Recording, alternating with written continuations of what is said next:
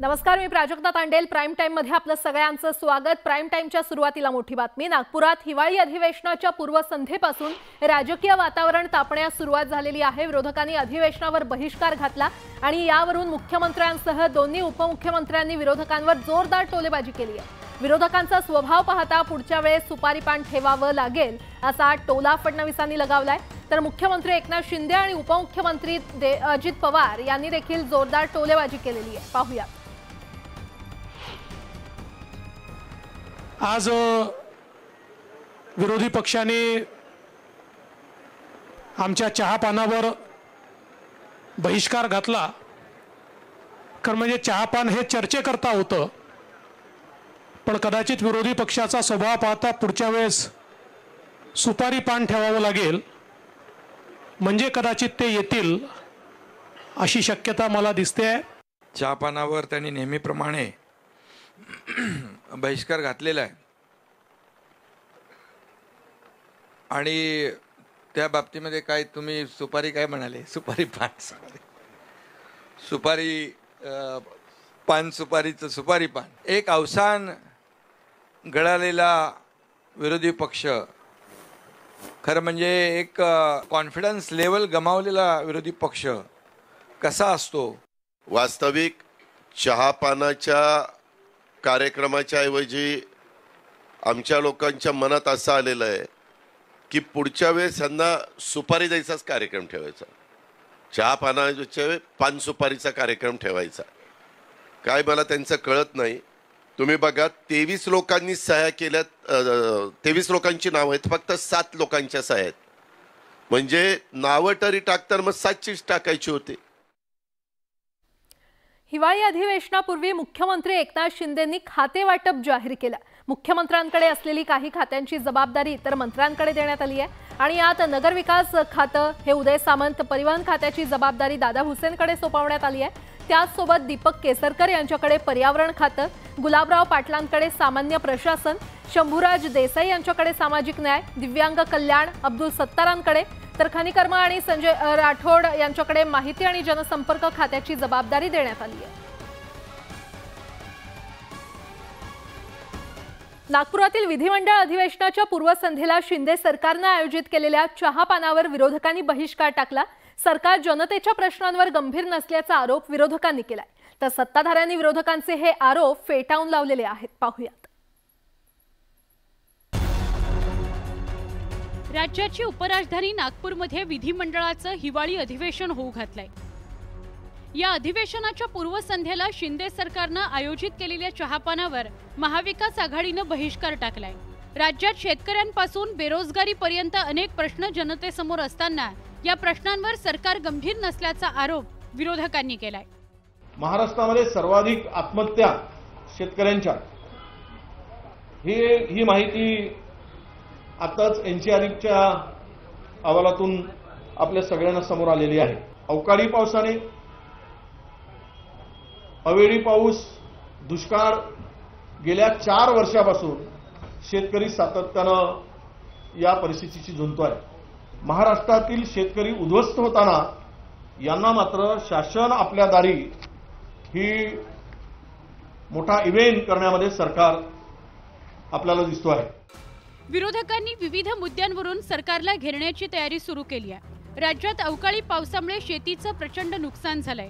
हातातोंडाशी आलेलं पीक मातीमोल झालंय. त्यामुळे शेतकरी पुरता हवालदिल झालाय.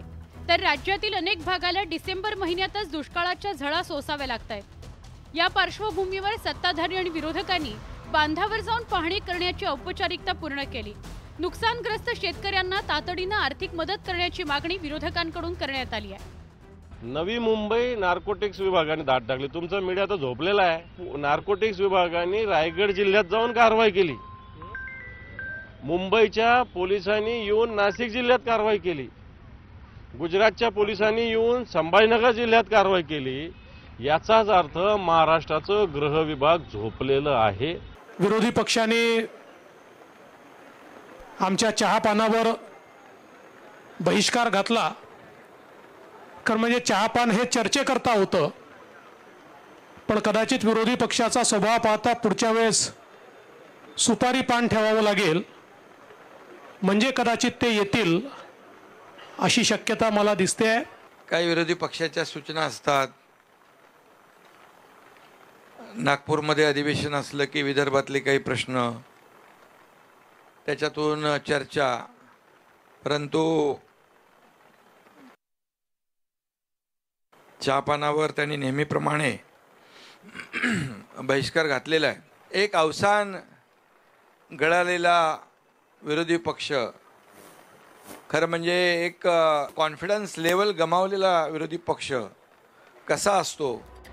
हिवाळी अधिवेशनात मराठा आरक्षणाचा मुद्दा गाजणार आहे. खरं तर मराठा आरक्षणावर चर्चा करण्याकरता सरकारने एक दिवस राखून ठेवलाय. या पार्श्वभूमीवर ओबीसी आरक्षणावर चर्चा करण्याची मागणी ओबीसी संघटनांनी केली आहे. त्यामुळे आरक्षणाच्या मुद्द्यावरून अधिवेशनात वातावरण तापण्याची शक्यता नाकारता येत नाही. अवकाळी पावसामुळे झालेलं शेतीचं नुकसान आणि दुष्काळाच्या मुद्द्यावरूनही सत्ताधारी आणि विरोधकांमध्ये खडाजंगी होण्याची शक्यता आहे. Bureau report, news 18 Lokmat. राज्याचे उपमुख्यमंत्री अजित पवार आणि जितेंद्र आव्हाडांमध्ये जुंपली आहे. अजित पवारांनी केलेल्या टीकेला जितेंद्र आव्हाडांनी अजित पवारांचा फोटो ट्विट करत उत्तर दिलंय. रायगडच्या कर्जतमध्ये पार पडलेल्या अजित पवार गटाच्या मेळाव्यामध्ये बोलताना काही जण आपले वरिष्ठ नेते एकदा पावसात भिजले होते त्याची काही जण नक्कल करत असल्याचा टोला अजित पवार यांनी लगावलाय आणि आव्हाडांच्या पोटाच्या घेरीवरून अजित पवारांनी डिवचलं होतं. आता अजित पवारांचा एक फोटो ट्विट करत जितेंद्र आव्हाडांनी अजित पवारांना जोरदार उत्तर दिलंय. तर अजित पवारांनी देखील या आव्हानांना प्रत्युत्तर दिलंय. पाहूयात. राजकारणात वैयक्तिक टीका कोणीही कोणावर करू नये. ढेरी वाढले, टक्कल पडले, हा केस काळे करून येतो, ह्याच्या शर्टावरती पानाचे ठिपके पडलेले असतात, हा तंबाखू खाऊन फुंकत असतो, अशा प्रकारची टीका ही मोठ्या नेत्यांना शोभणारी नाही आहे. आता पोट वाढलं तर मी काय करू? वाढलं ते वाढलं, पण ते पोट नुसतं वाढलं त्याच्यात महिना कुठला गेलेला नाहीये, एवढं लक्षात ठेव. विरोधकांनी सरकारच्या चहापानावर बहिष्कार टाकला. दरम्यान या संदर्भात विरोधकांकडून सरकारला पत्र पाठवण्यात आलं आणि या पत्राचाही उपमुख्यमंत्री फडणवीस आणि मुख्यमंत्री एकनाथ शिंदेंनी समाचार घेतला. पाहूयात. आणि जे पत्र दिलेलं आहे, मगाशी मी बघितलं की त्यांच्या पत्रकार परिषदेमध्ये काही लोक झोपी गेले होते. म्हणजे 3 राज्यात जसे झोपले तसे पत्रकार परिषदेतही काही लोक झोपी गेले होते. पण तशाच झोपेत हे पत्र लिहिलं आहे का? विरोधी पक्षाच्या पत्रामध्ये विदर्भ मराठवाड्याच्या समस्यांचा उल्लेखच नाहीये. म्हणजे विरोधी पक्ष नेता जेव्हा बोलत असतो, जेव्हा त्याच्यात काही दम मुद्दे असतात तेव्हा सगळे अगदी ऐकण्याच्या मनस्थितीत असतात. पण आम्ही ते मुंबई नागपूरचा प्रवास करत होतो विमानामध्ये, त्यामुळे त्यांनी काय म्हटलं हे आम्हाला सगळं कळलं नाही. पण पत्र जे दिलं त्या पत्रामध्ये एवढे सगळे मुद्दे आणि बिनबुडाचे मुद्दे, अंतिम आठवडा प्रस्ताव त्यांनी आजच दिलाय, म्हणजे तो पुढे द्यायचा तो अगोदर. अधिवेशनाचा कालावधी कमी आणि प्रश्न जास्त असल्यानं 15 दिवसांचं अधिवेशन घेण्याची मागणी विरोधी पक्षनेते विजय वडेट्टीवार यांनी केली. तर नागपुरात अधिवेशन घेण्याची वेळ आली की कोविड यायचा असा टोला देवेंद्र फडणवीसांनी लगावला.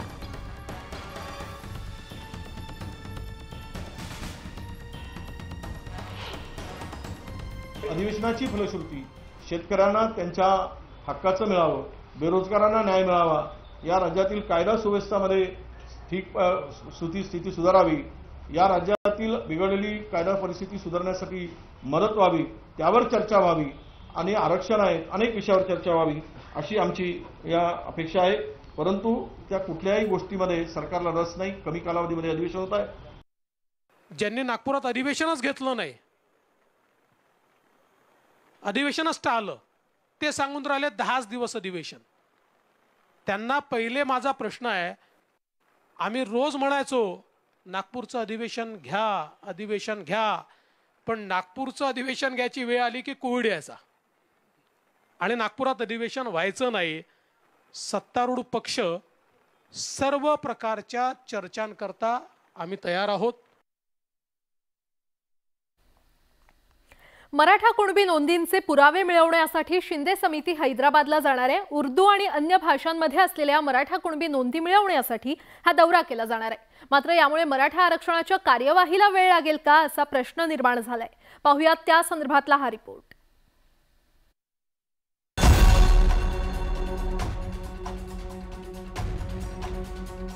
मनोज जरांगे पाटील यांनी सरकारला दिलेली 24 डिसेंबरची मुदत संपण्यासाठी आता अवघे 18 दिवस राहिलेले आहेत। त्यामुळे राज्य सरकारच्या पातळीवर मराठा आरक्षणासाठी जोरदार प्रयत्न सुरू आहेत। त्याचाच एक भाग म्हणून न्यायमूर्ती संदीप शिंदे समिती हैदराबादमध्ये निजामकालीन कागदपत्रांमध्ये उर्दू किंवा अन्य भाषांमध्ये असलेल्या नोंदी मिळवण्याचा प्रयत्न करणार आहे।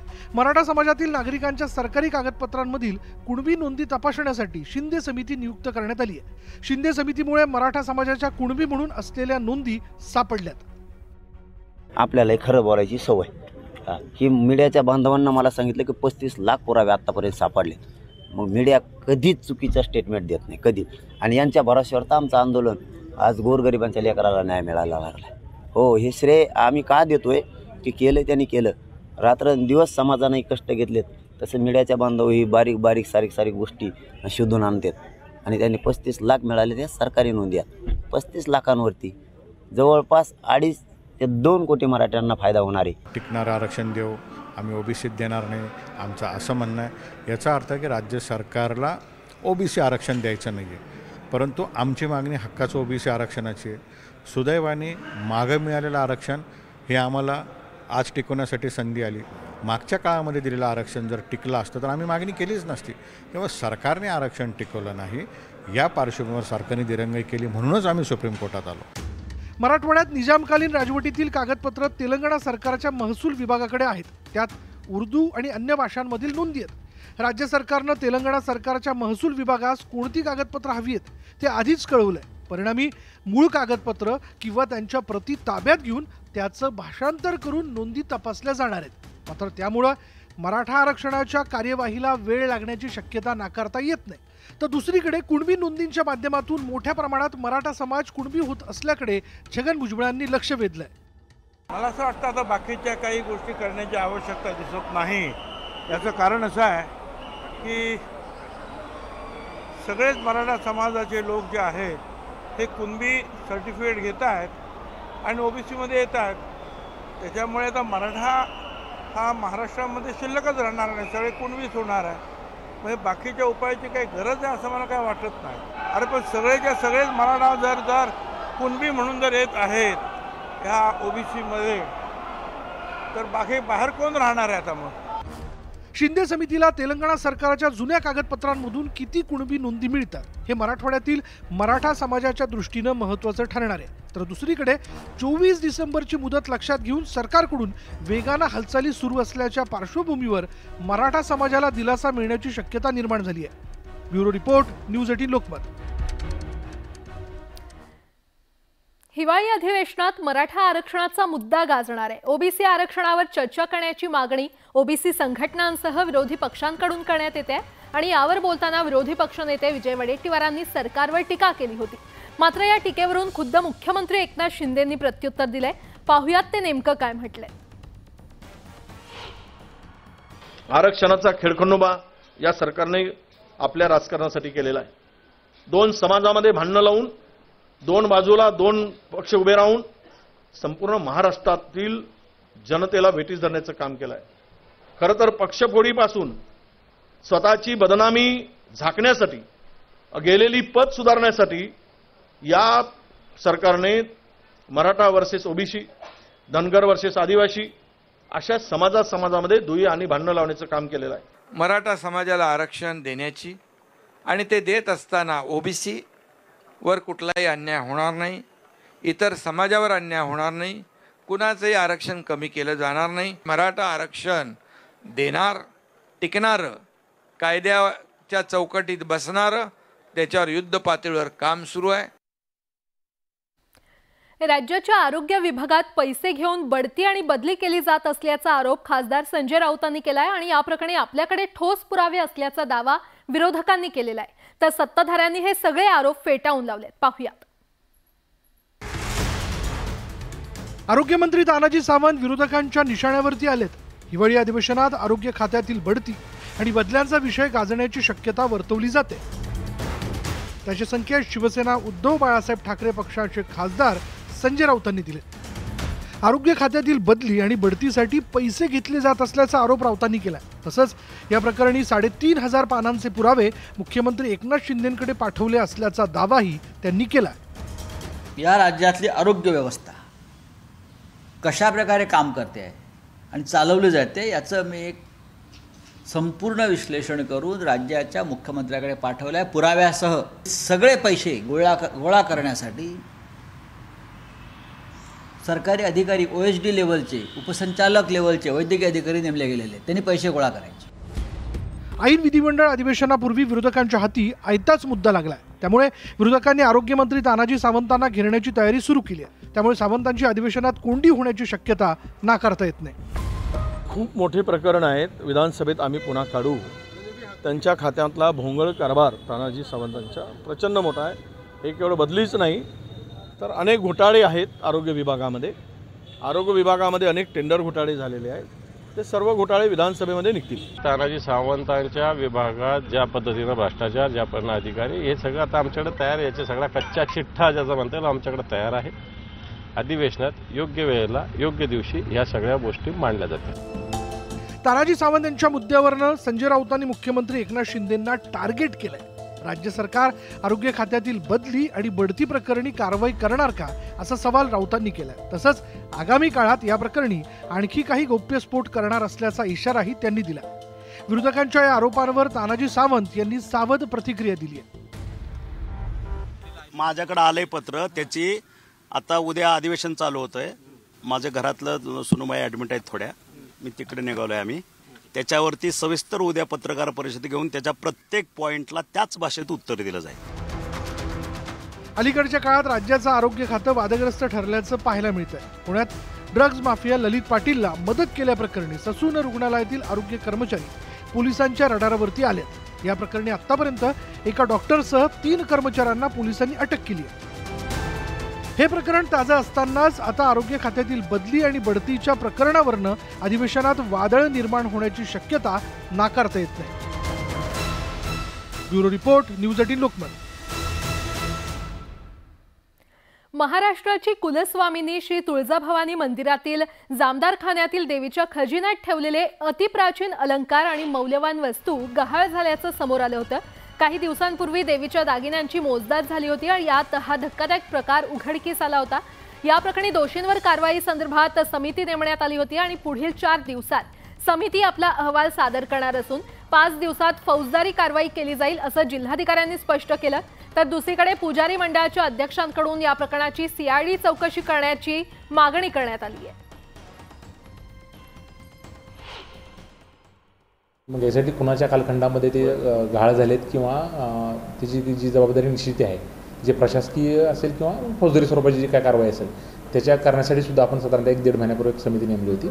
तर ते आधी समितीचं काम अंतिम टप्प्यामध्ये आहे आणि पुढच्या साधारणतः 4 ते 5 दिवसामध्ये आपल्याला तो अहवाल प्राप्त होईल आणि त्याच्यानंतर मग आपल्याला जी काही प्रशासकीय असेल किंवा फौजदारी स्वरूपाची कारवाई असेल ती आपल्याला निश्चित करण्यात येईल। तुळजाभवानी मंदिरात भक्तांनी आणि वेगवेगळ्या कालखंडामध्ये अनेक राजे महाराजांनी जे दागिने देवीला अर्पण केलेले आहेत, ते ऐतिहासिक दागिने 1 ते 7 पेट्यामध्ये मंदिरात आहेत। त्याच्यातील अनेक पेट्यातील ऐतिहासिक दागिने गायब आहेत। आणि यासोबतच प्राईम टाइम मध्ये वेळ झाले इथेच थांबण्याची। मात्र ताज्या घडामोडींसाठी पाहत रहा न्यूज 18 लोकमत।